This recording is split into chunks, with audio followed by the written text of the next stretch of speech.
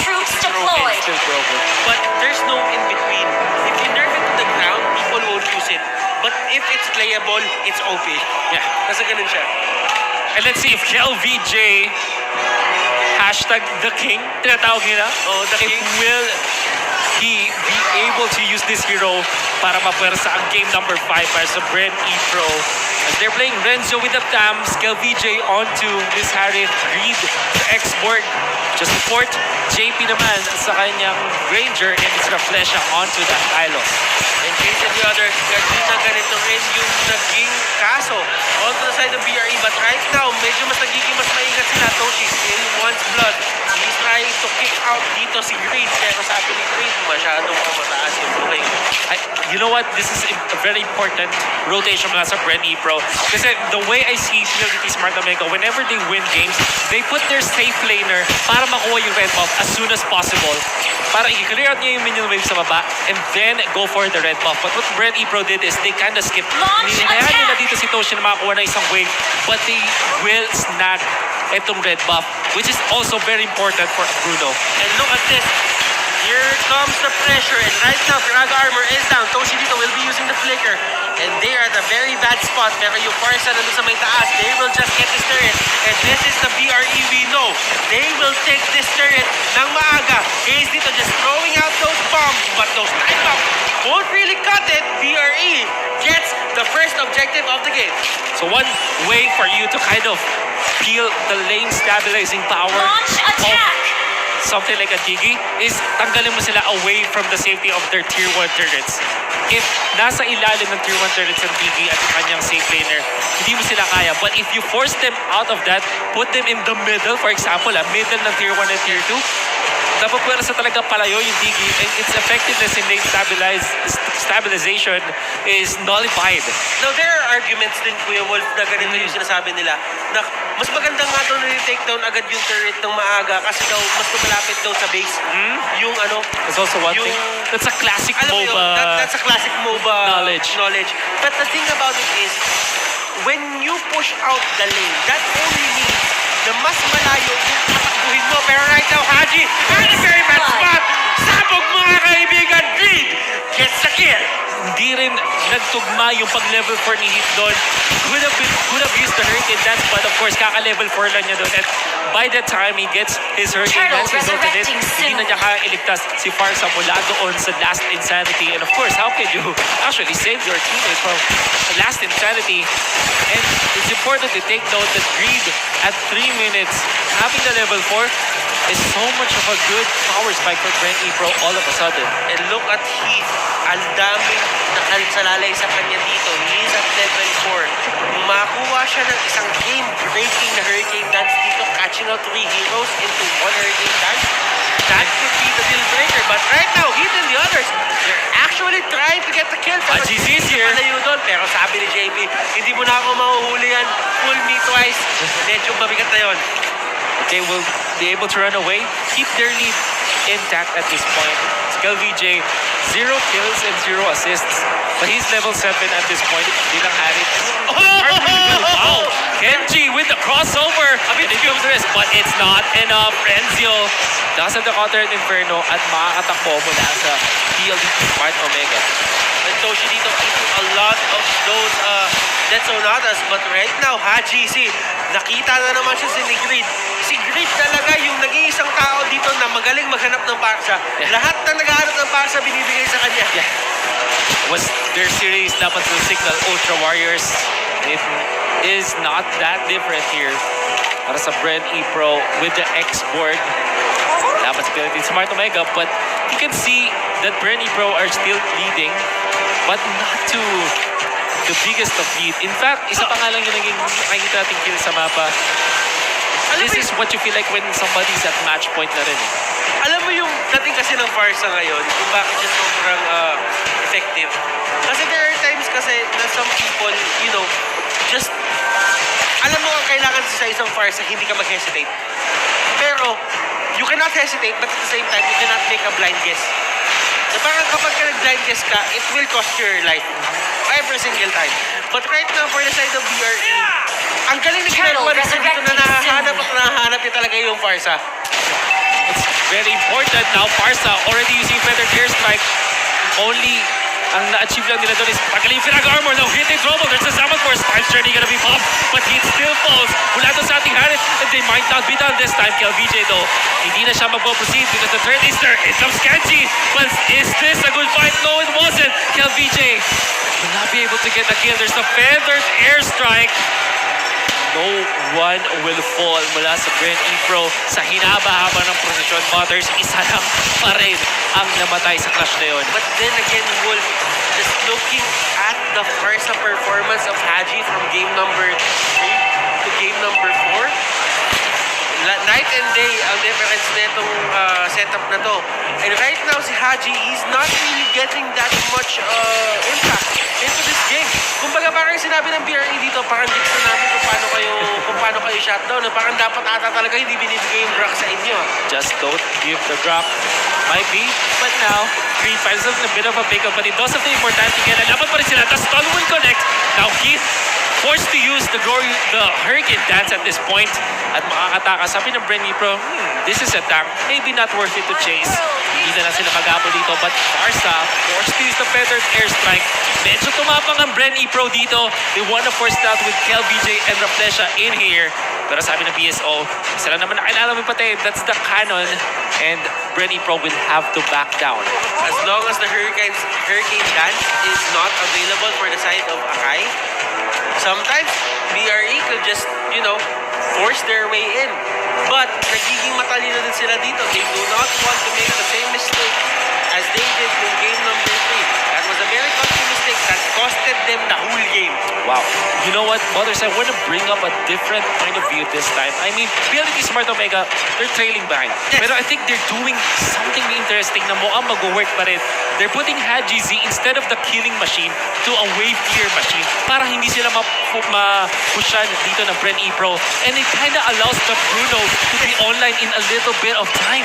Time is of the essence here para sa side ng BRE. Pero when you are delaying and they cannot get the middle turret ng maaga, Still okay. you're still okay. Kumbaga parang ginagawa nila dito, it's Turtle all about resurrecting the soon. idea na hindi ka magbibigay ng turrets ng ganito kaaga. Yes, they lost the top lane, but at the same time, yung top lane na yan, medyo costly yan para sa kalaban mo. Because yan yung pinaka-mahabang lane para makabalik sila. And if they ever go for a bad decision na mag-initiate, mahahabol at mahahabol mo sila sa posisyon na yan. Then again, BREN EPRO will not let that happen. Alam natin na meron silang Harith, and one thing that you always have to take note about the Harith is give him a little bit of time in, papatumben niya yung turret. Zaman Force and Chrono Dash works wonders against turrets. That's why sobrang taas ng value talaga ng Harith even before. Kasi bukod sa teamfight potential and yung kanyang damage, also take down objectives so quickly. Si Haji na nag-out of bounds na tinaman. Grabe naman yun. Lumalabas na sa mapa. Lumalabas na sa mapa si JP. Pwede pala yun. Lumalabas na sa mapa dito si Haji. Tinamaan pa rin siya ni JP. Grabe. Kumbaga sinasabi na ni JP dito na wala kang kawala. Wala ka wala. And look at this. Haze. Just a little bit of... Actually, might be forced out. That's immortality pop. And mukhang makapatay siya dito. Oh no, not yet. Heat though. It's the Hurricane Dance. The 850 of third comes to jump. Time turning it up. Might be doing wonders this time, but will not be able to pierce through the turret. Doon sa taas! Doon sa taas! Tabs is doing work, mga kaibigan. He's dito. 2 cannons. Just in time, 2 canyons. Will this be the takedown of the Kaya ba? turret? Hindi. So Kaabot. close. Ginamit yung retribution. So close for BREN EPRO. 3 kills pa lang tayo ngayon, Butters. 3 kills, 9 minutes. But BREN EPRO are getting ahead in terms of economy in such a massive way. The only one that's having a good time Launch as a attack! Omega might be Toshi, perhaps Haji Z, but it's not gonna be enough. We'll see. This is the most crucial part of the game for the side of PSO. Yes, things are looking green for their side, pero this isn't a lost Lord cause na. resurrecting soon. I'm just saying that there's still a chance for PSO to come back from this. BRE, they should be careful. Hindi ganun ka-dominating yung galaw nila dito. They only got 3 kills. PSO got 0. not zero. So, ibig sabihin, any uptime na magagawa nila in terms of farm, hindi naman nila na-delay dito inside the PSO. But right now, look at this. Rhapsody, Detsonada rather, will only hit once. Pero the Lord is going to be the next target for both of these teams. Crucial part na tayo kay Wolf. Ito na, 10 minutes in. Are gonna have to ask, enough na ba yung na-amass the goal dito ng BREN EPRO to hammer down PLDT Smart Omega using the battering ram against the defenses of PLDT Smart Omega? I mean, if anything, hindi na pwedeng magpa-pick off dito ang PLDT Smart Omega. Okay, tatandaan mo yung amas pagka gusto mo sumama yun. Pero right now, on to the middle lane, rather to the, near the bush. There was an attempt to actually catch out etong si JP. So actually, ito pala yung nangyari. If you remember, game number 2, what PLDT Smart Omega did when they had the lead is not let BREN EPRO get away from their base. BREN EPRO, binigyan nila ng konting opening dito yung PLDT Smart Omega, and in fact, nakuha ng mga buffs yung PLDT Smart Omega with that little amount of time when they tried to go for the control over the Lord area. That is such a gamble mula sa BREN EPRO, and you would think that PLDT Smart Omega are so happy with that kind of opening. That being said, however, BREN EPRO, nasa kanila pa rin ang control sa ating mapa. They still have the wheel at this point. But still, Wolf, look at the main idea here for the yung pag-start ng isang hero, ng isang team sa jungle. You have to look at it in a way na dapat hindi na nakakalabas yung PSO dito sa may mapa. Pero, tingnan mo yung lakas na loob nila. They still have access to the jungle. So that means there is still a big chance for PSO to turn this all around, given that they do even have the Diggy on their side. But I would say na meron pa rin naman maraming benefits ang BREN EPRO. Have to take note. Top lane, there's a little bit of pressure. And nakita nyo yung notification na yun, Lord has been enhanced. The Lord has been enhanced. Kung nakita nyo, purple lang yung Lord. Ngayon, yellow na siya. Pagka 2020, 2020, new Lord. New year, new me. New decade rather. There, like you said, Kuya Butters, I think nakakahinga nga talaga ang PLDT Smart Omega dito. He still cannot give 100% to this game to BREN EPRO. Yes. PLDT Smart Omega are getting valuable mini skirmish victories in here. Kanina at will lang kinukuha ng PSO lahat ng objectives. But right now, it doesn't even matter because lumalaban na sila dito. Right now, the time journey is there. Hurricane that will be used. Renjo here. Pinapalayo na sila. It will go down. Ito na ata hinahanap nila mga kaibigan. Pero sa pinakalikod, Joe is there. Let us see. Kenji! And an assassinate on KLDJ. But right now, they will come for the comeback. The retaliation, mga kaibigan. Forza here. Still trying to deal so much damage. Haze doon, hinahakapan niya lahat.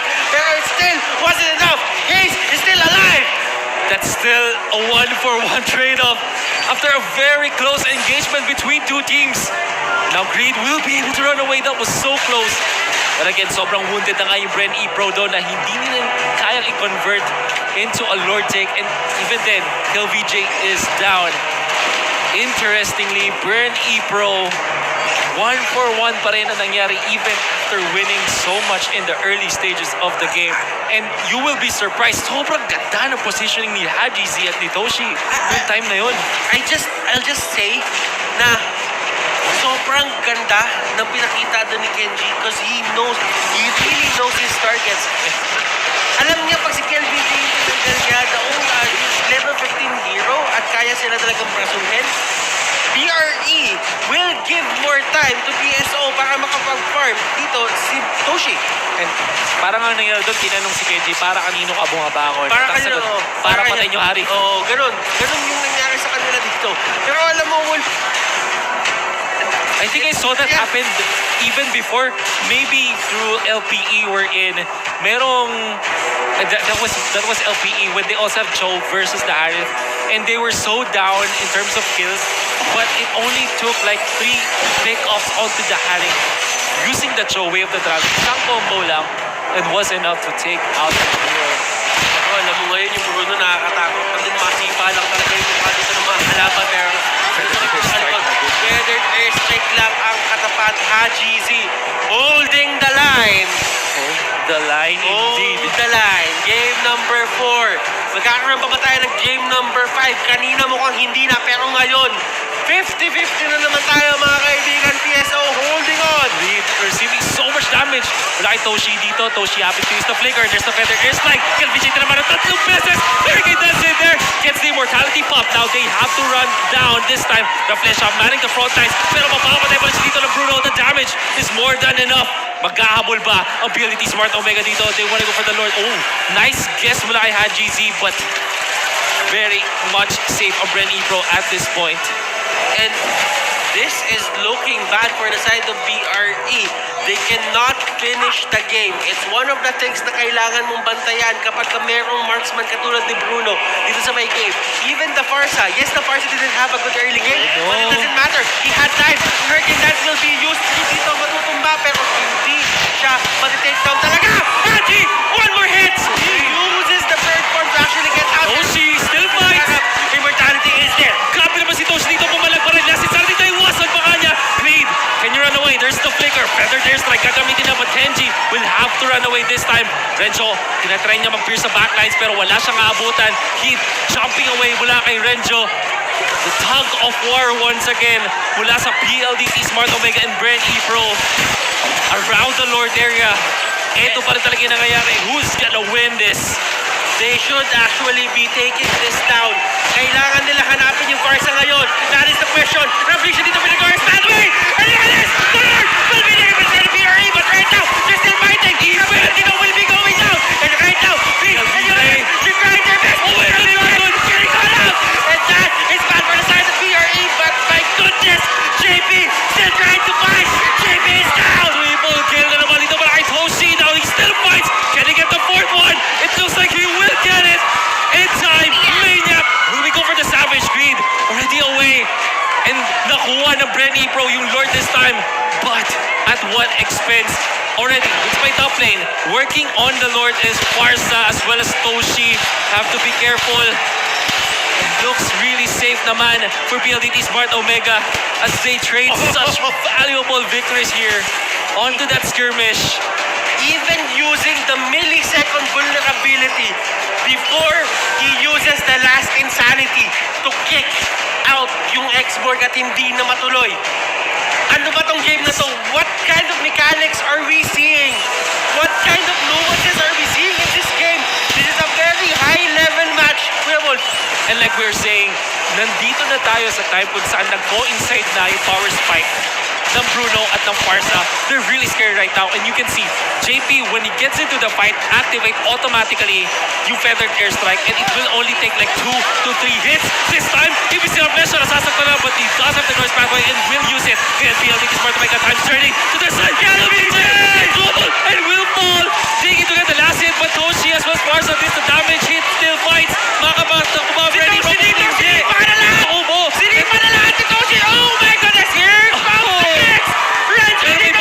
May bomba! Sinalo ni Queen! Launch attack. saves his teammate. But then again, PLDT Smart Omega, alam nila, they can feel it. KLVJ is down. They can't defend this. Feather, there's like, sabay kuha na Torre dito. Now Green will have to use the last insanity. Pero mukhang siya pa yung makakasama. Kenji wants to go and fight. But they can't reach him. Kenji falls for the first time. Tetsunata, gagamitin na nga dito. Isa lang ang tumama. But sabi ng PLDT Smart Omega, we want to take the inhibitor. They can feel it. They can feel the championship butters. Oh my goodness. The Grand Slam! Buster kill! And it looks like they still will go for this. Great! Naku po. Wala ng pinag-armor, but still has got the immortality. KLVJ! Oh, Shino! The shutdown! Oh my goodness! And another reset for both of the teams! Pahinga naman! Saglit lang! It's just 8 to 6. Saglit lang! Pahinga lang! Saglit! But they will not let that happen. BREN EPRO, they can feel it. Medyo nasa kanila advantage this time. There's the Death Sonata. He smartly goes to the sides instead of straight up retreating. Oh my goodness. Butters, this feels like a very close game, but 8 to 6 pa lang yung kill score natin. Hindi pa ako makahinga. Wait lang. Okay. BRE dito. They're actually looking to end the game nung namatay si Toshi. Pero ang sabi dito ng ng PSO, lahat kami may immortality. Lahat ka sa game na to may immortality. Kulang na lang tayo din magka-immortality. Bumili na din tayo. Hindi ko alam. At this point, hindi na nag-matter yung nangyari sa early game. It's all about the late game items right now. Sobrang importante ng Malefic Roar at from anybody actually. Get more damage into the turrets. Take down base structures so quicker. But all that matters right now, Malefic Roar. Butters, Malefic Roar. it's the Lord. Kumuha na Malefic si Roar. JP. Kumuha si JP ng Malefic Roar. Important. Spears truly are more and more importantly, take down structures Lord, faster. And resurrecting Twilight soon. Armor will be secured by Rafflesia. He doesn't want those critical shenanigans anymore. And just limit yung damage to 700 points of HP. But right now, Greed and the others, they're really trying to take down this Lord. And alam nila kung sino makakuha ng next Lord na to. In position though, pero ali siya dito. Still as the ultimate, pero hindi siya works out. Ito na naman, kaya Butters. Tagumpura na naman around the Lord area. Ito na, alam mo, itong DQ na to, yung nagpapahirap talaga ng side ng BRE. They couldn't just go in for a good initiation because they know na kapag nag-glorious pathway na sila, once they go in, they 100% cannot get out. And again, zone control. I think you will have to favor PLDT Smart Omega just because of the fact na meron silang farms. Dito, lanes. And look at this! Look at this! The one love kill story, one. the never-ending love story of Renjo and Kenji sa may top Eh, lane. yan yung pinakamalupit na lokohan sa buong mundo kasi wala namang magkakapatayan dyan eh. Pero doon sa may taas! Si Ati! Si Ati! Ay! Kamuntikan! Kamuntikan! There's the glorious pathway. Ang daming mga na-force out na ultimates dito, but I think BREN EPRO are happy with the result as they gain sort of control dito sa may Lord area. Now, Green, however, medyo nag-take ng damage dito. Has to use the flicker and no more Firaga armor. Hop, hop! Sa may backline! Sa may backline! Nandun sa Kenji! Nandun sa Kenji sa may backline! May masisipa ata! May- Ito na! Oh my Palisip, goodness! pero pinapars na. Oh, KLBJ will go down for the first time, pero may samang for sa ato. May immortality siya, and he might fall. Kenji! To get the victory! Basta goes down! Toshi in double! Habulin dito BREN EPRO. There's the flicker! Medyo at the gap! Toshi goes down! Glorious pathway, ginamit na nga. They wanna go for haste this time. Can they get the third kill? Mukhang kayang-kaya nila. They have all the slows. Pinalo yung Catch up in the low. Pinalo yung bird! My goodness! Oh my goodness! Doon sa may gitna nagkakabulan! Si JP! Si JP pinapahil mga kaibigan naman sinisigla! LBJ. Oh, Kenji. Oh, nanalo yung Harit against this Joe and only hit to defend. This might be it! This might be it mga kaibigan! We are probably gonna go to game number 5! This game, nanakit yung ulo ko! Ah! Sakit! Oh my goodness. BREN EPRO. Kenji had the right idea, but KLBJ stands strong at the rest of BREN Oh, the Lord! Oh, the Can't Lord! do it. He can't do it. Hurricane Dance gagamitin niya dito, but he will fall. There's still some minions left for BREN EPRO. At mukhang eto na nga. Di ba? LGC respawns in time. Just Toshi go in for here the as Lord! well. They are just gonna go for the Lord! They are just gonna go for the Lord! Ito pala yung pakiramdam pagkasigaw ka na lang sigaw! Ah! Pero yun, the Lord! Lord is the next objective. Sobrang importante, Butters, for both teams. And it will be slain by BREN. Reset. But of course, alam natin na may napakalaking advantage ang BREN EPRO at this point. Whatever happens right now, maging 4 games man, maging 5 games man, this is very fitting of a grand finals game. Kuya Wolf, Definitely. pang grand finals! I'm out of words at this point. Wala na, hindi na importante ang mga analysis. The stats don't matter anymore. It's all about how they will execute Feathered Airstrike. Panimula dito mas ready for Feathered Cross back by NCF Sonata. Napakagandang talon dito. Great with the last insanity, but he will go. Now PSO. Napupugaw na sila dito ng BREN EPRO. And unti-unti napatay na nila si Kenji.